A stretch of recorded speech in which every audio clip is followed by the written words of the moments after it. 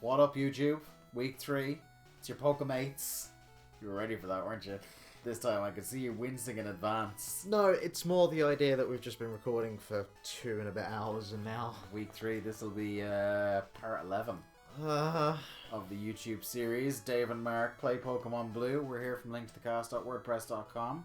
I'm Dave Ryan, joined by a sullen and depressed Mark Robinson. I'm still here, I'm still alive. I'm Still here, still down the well, way down in the hole. Oh, I'm so far down the well. Just hot off a podcast recording. Yeah. So we've been talking into microphones already for about 2.5 hours today. And since the last time we played this, I've added another Pokemon game to... Yeah, you're at 4 To on my the hop frenzy. now. So Yeah. what have you added since our last we spoke on the program? I've now got Alpha Sapphire, so at least I'm keeping it relevant with the newest Pokemon game in the series. And you've got a 5th one coming out later this year, which I think we talked about a bit last week. Yeah, what will probably happen is I'll be well over this... I'll be out of the well by then. And then Just in drag time right to- back down. Yeah. Yeah. Fun for you. Isn't it just? Things that have happened since last week. I've been playing Pokemon Blue, and I tried this insane glitch that, well, I say glitch. People call it a glitch, but then we've decided because it's such a weird set of things to do, it can't possibly be a glitch. That's just a hidden thing. I have tried a step-by-step guide that I found on Kotaku, or found courtesy of Kotaku anyway, to get Mew Yeah. in Pokemon Blue. Now, unfortunately, Mark, because in our bluster to be masters of the Pokemon League, we have already blitzed past Misty here. Alas, yeah. We can't actually return, but what I'll do is I'll describe to you basically what you need to be doing. And I think maybe, could we walk through for the first couple of minutes, or do you think that would be... No, go for it. Yeah, right. Yeah. So what I was thinking here is we could do a visual representation of what we're supposed to do once we get back to the main town here in a moment. Now, if you're going to do this, and I have, because I've caught Mew now, I can conclusively say that this works. And I did it a number of times before I caught him, and you watched me do it. So, I can say I was here as a witness. so it does work. Now, what you're going to need to do is make sure that you haven't gone past Cerulean City, that you haven't beaten Misty. I keep doing this. So, you're going to want to come to Cerulean City. First thing you're going to want to do is come here to your Pokemon Center, heal your Pokemon up. Make sure, through this whole process, and for reasons I'm not entirely sure of, to keep a couple of spaces free in your party. Yep. I forgot we called it Pokemon Jailbait. Jesus. Yep. Right, a couple. Now, one of them I understand why you're keeping it free for them. But anyway, so what you're going to want to do here is do what Mark is doing. You're going up to the Nugget Bridge. Now, when you come to this part here, your rival is going to come and get you. You need to beat your rival. That's the first thing you need to do. Yep. So you beat your rival, and then you move up through the Nugget Bridge, which you saw last week's playthrough. We beat all 5 of these chump stains, right? And we got our Nugget up at the top. Now, what you're going to need to do next is go over here, where Mark is going, and go over, hug the left wall here, because if you go down a little, Mark, you'll reveal there's a trainer there in the grass. Now, he's important, but we'll come back to him later. Yep.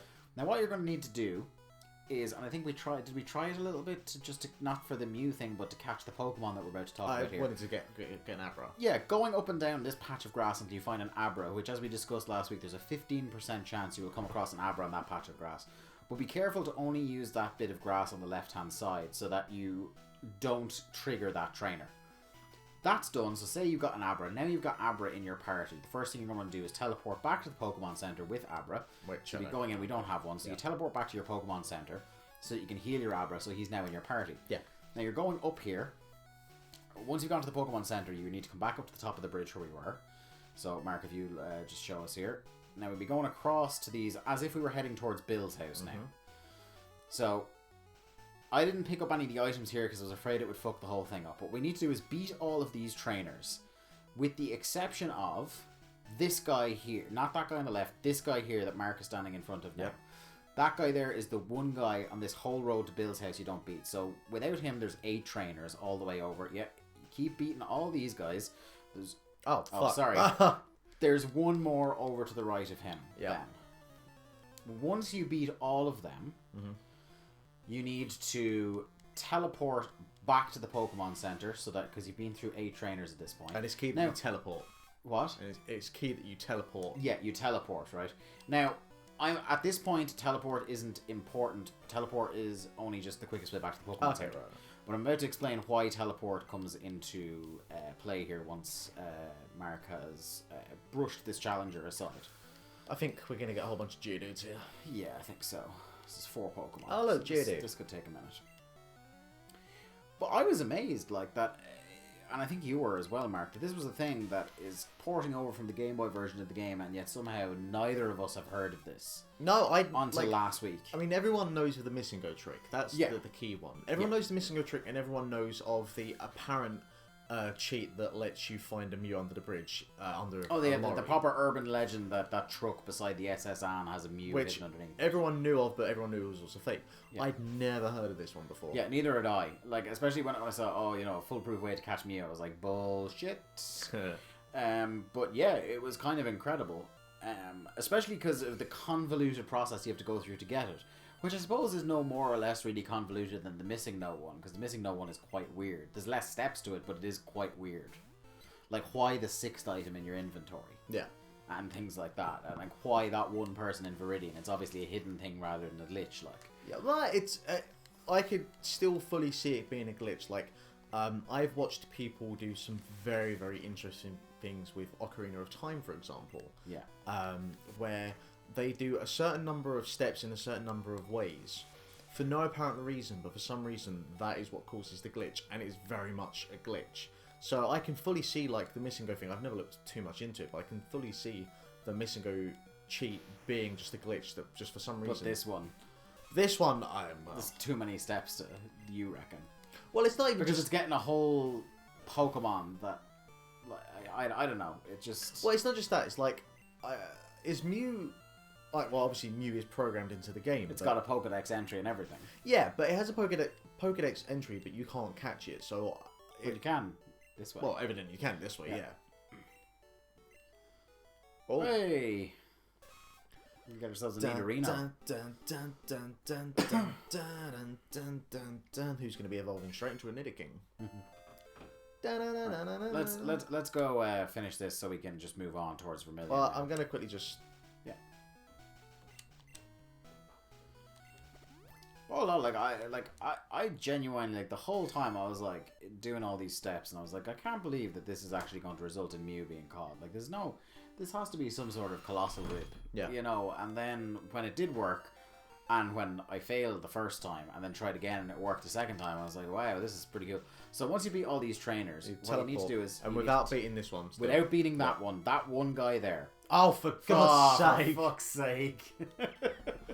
I figured I had avoided a few of these. Well, what I think we'll do is the first part of this video as well, we'll link the article. Yeah, that makes sense. I'll find the article. So you teleport back to the Poké Center. Yeah, and then what you're going to need to do is, like, obviously if you need some gear, if you need to heal your Pokemon, that is the point at which you do that. This is the point then, once you've beaten all the trainers but here and you've gone back to the Pokemon Center, before you go back towards the Nugget Bridge, save your game. Mm-hmm. Because you've done all the stuff now, apart from the stuff that you need to get right first time. You save your game here, because then at least you only need to repeat the final crucial steps. This is what makes it interesting as well, because the idea usually with glitches is that you have to do everything in a sequence and you can't break the chain. By saving it and then turning it off and turning it on, theoretically, you would be breaking the chain, but it still counts towards what you're doing. Yeah. Which is very interesting. Which does make me wonder if a lot of that first part of the process is actually necessary, but... Ah! You fucking battle dodger. I'd forgotten all this shit. I didn't realise you snuck past so many of them. I think I was slowly losing the will to live by this point. really baiting the lead here. Sorry about this. It's alright. So, yeah, teleport back to Poké Center, save... Well, you see, you're saving the whole thing, and then you're walking back up the Nugget Bridge. Now, I told you about that man near Mewtwo's cave there. Yeah. That was quite important. Stood in the grass where you caught the Abra that you're not supposed to go near. So, you've battled him, haven't you? I believe I have, We're about to find out anyway. I'm pretty sure I have. Because the idea then, this is the only part that requires incredibly precise movement. Yeah. Apparently, and this is the weird thing, this is another thing that makes me think it's not a glitch. there's an alternate way to do this that doesn't involve the trainer up north. I did read about that this. Involves beating the first trainer in Misty's gym. Yeah. But they recommend you beat that trainer that was up there a second ago that we looked at, because he has 1 level 17 Pokemon, whereas I think that trainer has 2 level 18 or something like that. Yeah. So it's easier. So what you're going to want to do is, once you've gone to the Pokemon Center, once you've saved, because this is the point of no return, you need to come back up here. Now you need to stand at the top left corner of that patch of water. Right? I would even save before, like I would save when I'm leaving the Pokemon Center for those at home. But stand at the Okay. Now, so I hadn't. Yeah. Well, now, I mean, it doesn't really matter. Yeah, because we're not going to be able to do it on this playthrough. But what Mark was doing, he was standing diagonal, so 1 up and 1 across from the very top panel, at the top square of that water, where he was stood. Now, what you need to do when you're doing it is to press down and start at the same time. Yeah. You need to do it like properly in sync with each other, so that the trainer doesn't notice you, the exclamation mark doesn't pop when you pause. You'll know you failed because you will be battling the trainer if you failed, right? So you pause while you're pressing down, and hopefully you've landed on the pause menu. You go in, you get your Abra, you teleport to the Pokemon Center. Yeah. You know you've done it right if, as you're teleporting, the exclamation mark goes off above the trainer's head. Mm-hmm. Now what you need to do, once you've done that, so Mark will show you now, once you've teleported away from this guy and not engaged him at all in a battle... Yeah, you wouldn't have battled him. ...is that you come back up the Nugget Bridge. Oh. So, once you've teleported away, you're back at the Pokemon Center, you come back up the Nugget Bridge, having not battled that man over there, only just kind of, like, teleported away as he's noticed you. Yep. And you're coming all the way back to that trainer over here that we said you need to engage. Now, stop! Because what you need to do if you're doing this is you need to hug the north wall as you're going across. So he needs to walk the maximum distance possible to engage you. Now, I'm assuming you haven't battled him, so don't set him off. I've battled him. Oh, have you? I just battled him a second ago. That guy there. Wait, that one. Oh, yeah. I don't know. So he has a level 17 Porygon. Yeah. Is his only Pokemon. Okay. You engage him and you beat him. Mm-hmm. Once you beat him, so you'll be pinned between him and the north wall after that battle. Immediately after that battle, teleport back to Cerulean City Pokemon Center. Mm-hmm. And once you then go to start walking up the Nugget Bridge again, the game will suddenly pause. Yeah. You having not pressed pause at all. When you unpause, you will suddenly be in a Pokemon battle in the middle of the bridge with the wild Mew. Yeah. Who is level 7, I need to warn people about. So have a Pokemon in your party that won't insta-kill. Yeah.